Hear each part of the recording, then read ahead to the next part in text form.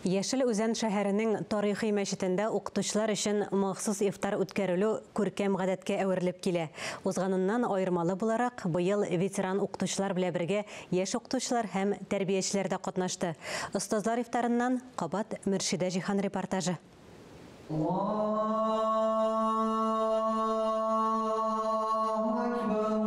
Бу мәчеттә азан тавышы да үзенә күрә айрым әһәң белән матур яңгырый. Яшел Үзәндә беренче төзелгән мәчет булганга күрәсең, халык айруча үз итә. Ифтар мәҗлесенә килгән укытучыларның күбесе дини гыйлем алуны биредә башлаган.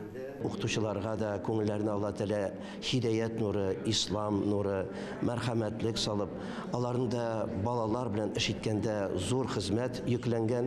Менә алар инде балаларга да шундый ук изгелек юлын, шулай инде исламда безнең килгән матур ахлакый тәрбия өлешләрен бирерлек булсыннар. Нәкъ шундый дөньяви дини белем һәм тәрбия бирүче укытучылар чакырылган бирегә. Әйшә мәктәбе укытучысы Гөлназ Мусина физматны тамамласа да озак еллар буена татар теле укыта, мәктәптә милли тәрбия эшләрен җитәкли. Әле дә яраткан эшендә башлангыч сыйныфларны укыта.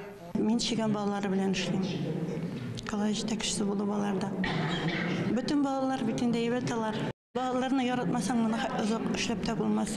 Миңа бик ошый балалар белән эшләргә. Балаларны укыту ошамаса, 40 ел эшли алмас та иде Гөлназ Мусина. Бүгенге ифтар мәҗлесен оештыруны башлап йөргән Әлфия Мирхәйдәровага да чиксез рәхмәтле. Оештыручы үзе дә гомер буе мәгариф өлкәсендә эшләгән тәҗрибәле укытучы. Дин, фән бергә тәрбиядә булырга тиеш. Шуңа күрә мин рәхәтләнеп, шатланып сөйләшәм. Безнең укытучыларыбыз, алар менә укыту, тәрбия эше белән генә түгел, динне дә матур итеп тәрбиядә куллана белүчеләр. Ифтар мәҗлесендә укытучылар белән бергә баш кала һәм җирле мәгариф идарәсе вәкилләре катнашты. Чыгыш ясаучылар Яшел Үзән районында гына Татарстанның ат казанган укытучысы исеме 5 татар теле мөгаллименә бирелүен искәртте.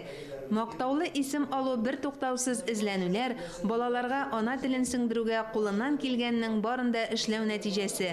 Фидакарларча эшләгән укытучыларга 2000 елларда Яшел Үзән районы башлыгы булып эшләгән Рауил Зиннатуллин баш иеп рәхмәт әйтте. Укытучылар өчен укучыларның рәхмәтле булуы иң зур бүләк. Мөршидә Җихан, Александр Ишоткин, Татарстан яңалыклары.